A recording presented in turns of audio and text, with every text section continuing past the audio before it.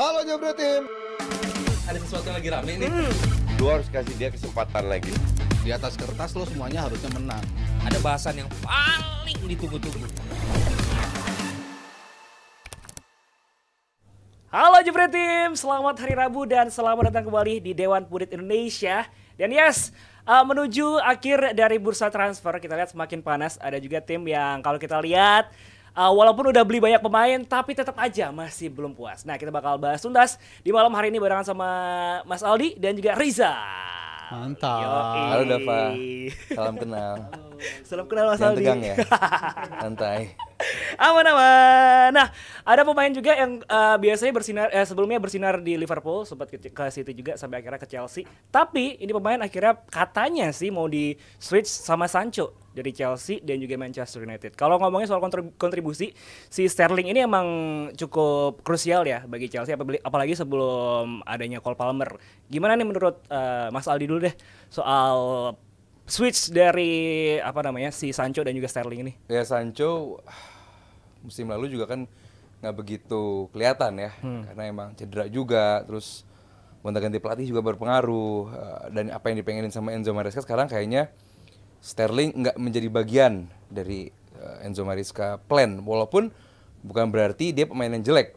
Sterling masih merupakan pemain yang bagus, gitu. Dia pemain yang ngeleteknya muda banget gitu. Jadi orang mungkin dia dikiranya udah umur 30 lebih, mungkin belum kan, masih Sterling masih 20-an ya? 20-an gitu. Menjelang akhir 30, menjelang 30.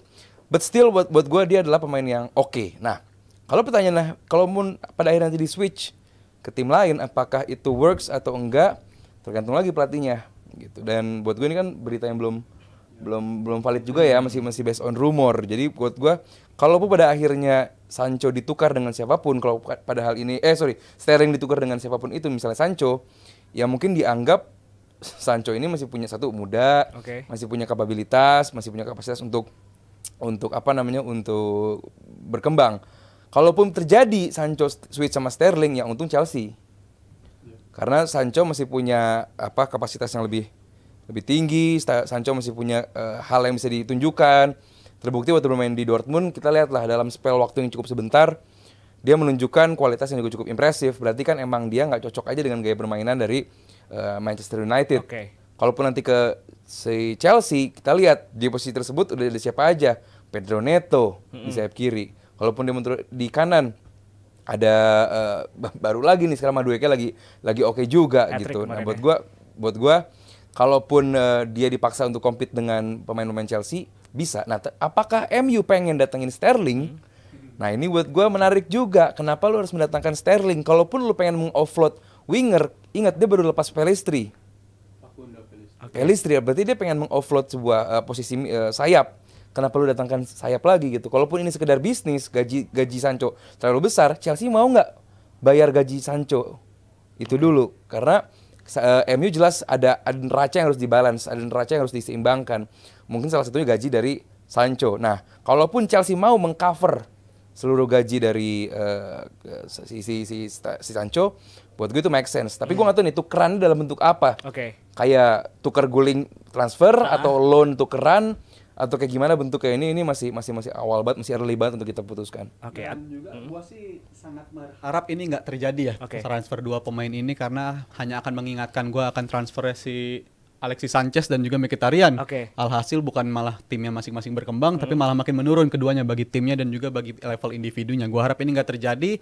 Tapi kalaupun sampai terjadi, yang untung ya bener kata Bang Aldi, Sancho-nya yang bakal ke Chelsea, karena gue yakin dia masih bisa masih punya kesempatan untuk berkembang segala macam. Tapi Sterling ini gue rasa peaknya tuh udah lewat gitu. Walaupun dia belum usia 30, tapi ya City Legend, gue nyebut dia ini City Legend, dia ini udah ngelewatin masa-masa terbaiknya. Dan justru di Chelsea, pergantian dari Tuchel, transisi ke Lampard, transisi lagi ke Potter, dan transisi ke Pochettino, dia kerap kali nggak pernah nemuin form terbaik dia bersama Chelsea juga, gue bilang. Dan juga kalau sampai dia di offload, sebaiknya ya waktu dia di Premier League seharusnya sih udah nggak lama-lama lagi menurut gue untuk main di level reguler ya. Karena ini kalau dia sampai pindah ke United, gue bilang malah rugi juga Unitednya. Buat apalagi lu datengin si Raheem Sterling, pemain yang pernah main untuk Manchester City, pindah ke United, gue rasa bukan ide yang bagus juga. Dan gue bilang ya ini sih ada faktor juga si Sancho sama si Ten Hag kayaknya, walaupun katanya hubungannya bisa udah membaik, tapi gue bilang ini hubungan yang udah nggak bisa diselamatin sih bagi si Sancho dan Ten Hag-nya.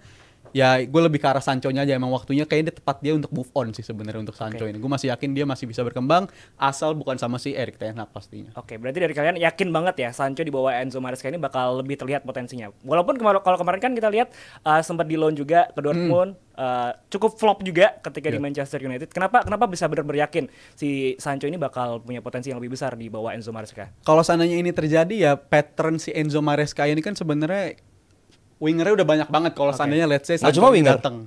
Semua pemain posisinya Cuma winger. Semua Mana posisinya pemain banyak. Chelsea yang sedikit? Udah tebel banget squadnya sebenarnya. Dan Kalau boleh datengin pelatih lagi tuh Chelsea. Sip-sipan 2, 3, iya sip-sipan sip-sipan. jadinya. Jadi ya mikirinnya ke situ juga. Kalau seandainya Sancho-nya ke Chelsea, apakah jam waktu reguler yang dia butuhkan tuh akan dia dapetin? Karena gue bilang mereka udah ada di arah yang tepat gitu dengan pembelian si ada Nkunku masih ada di sana, Pedro Neto ada di sana. Itu udah jadi paketan.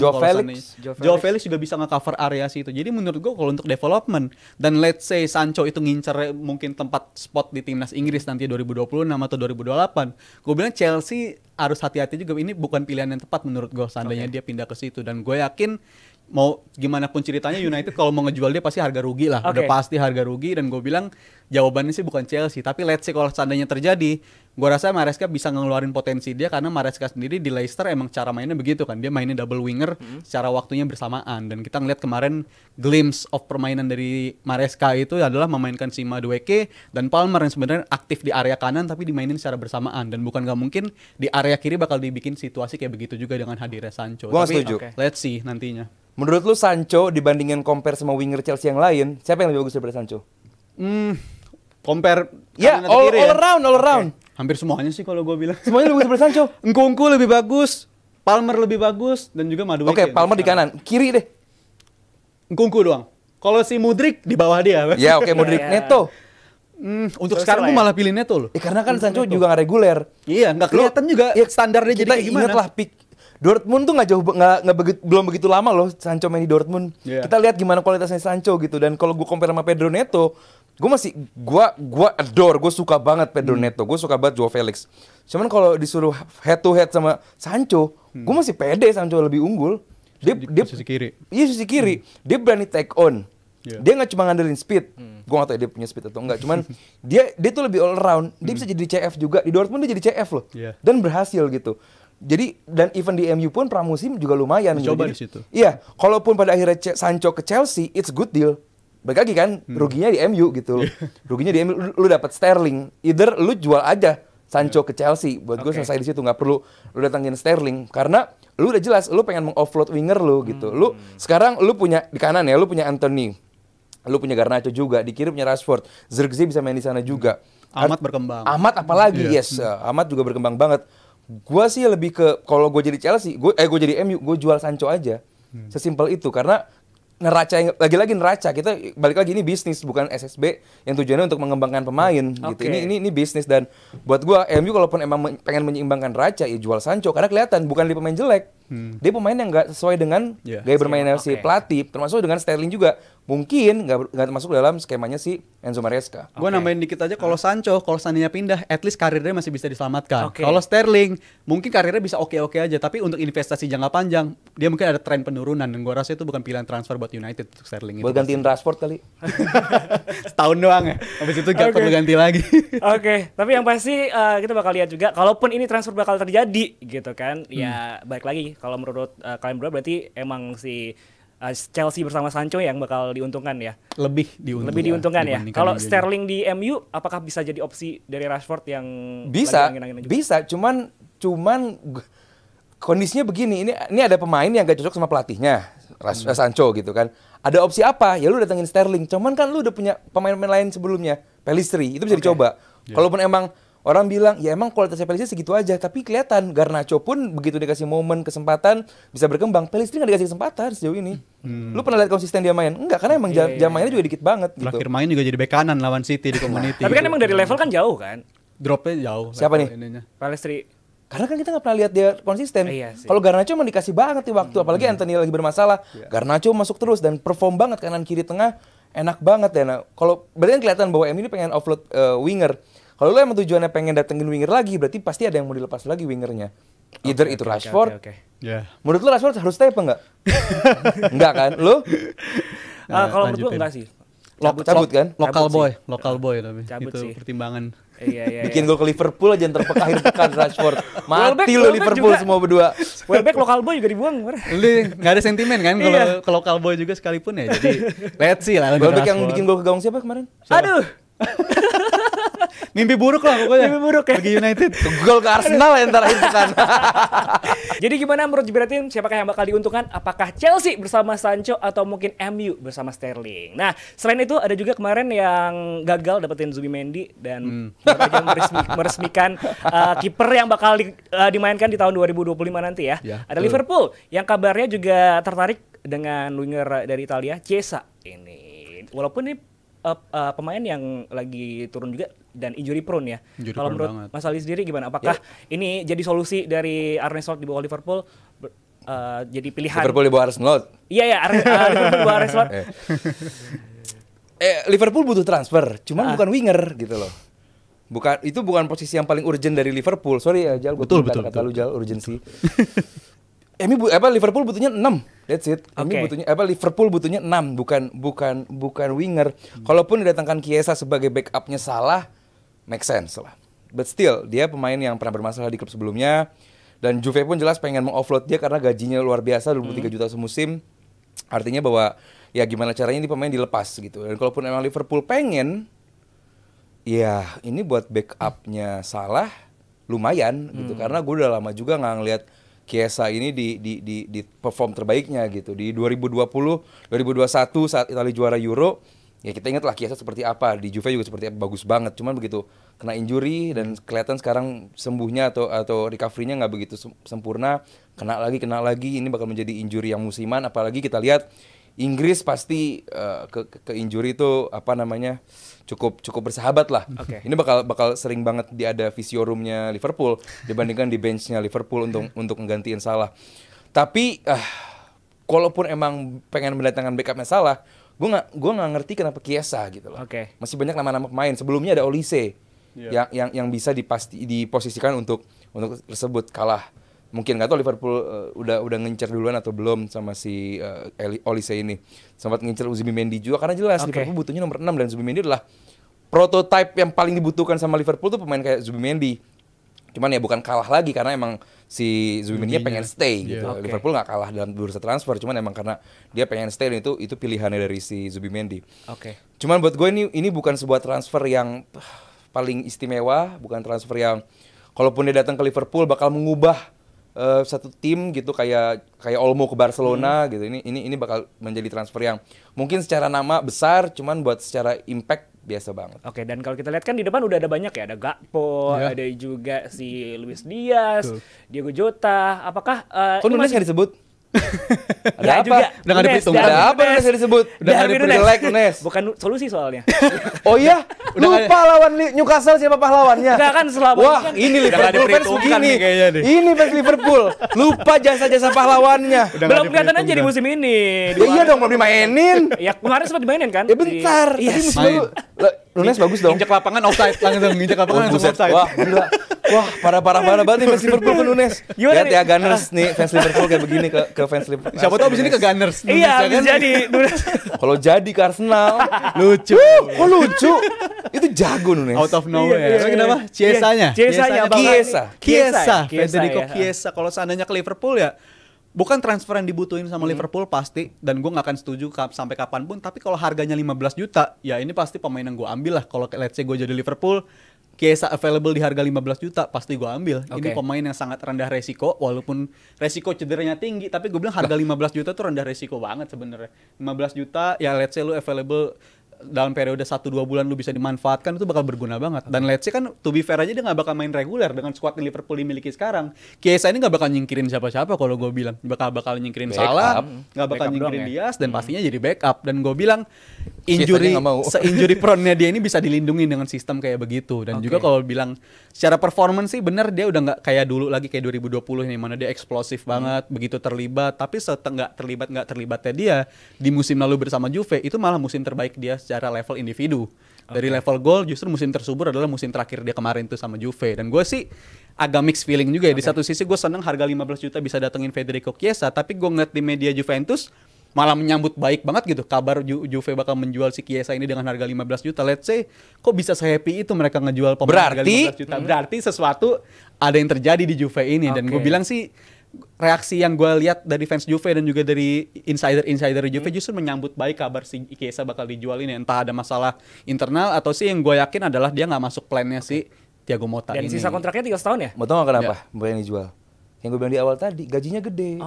Juve mungkin masih butuh 1-2 pemain lagi dan itu sulit bakal dilakukan secara FFP kalau masih ada gaji yang harus dibayarkan kepada Chiesa. 23 juta per musim untuk Italia itu besar.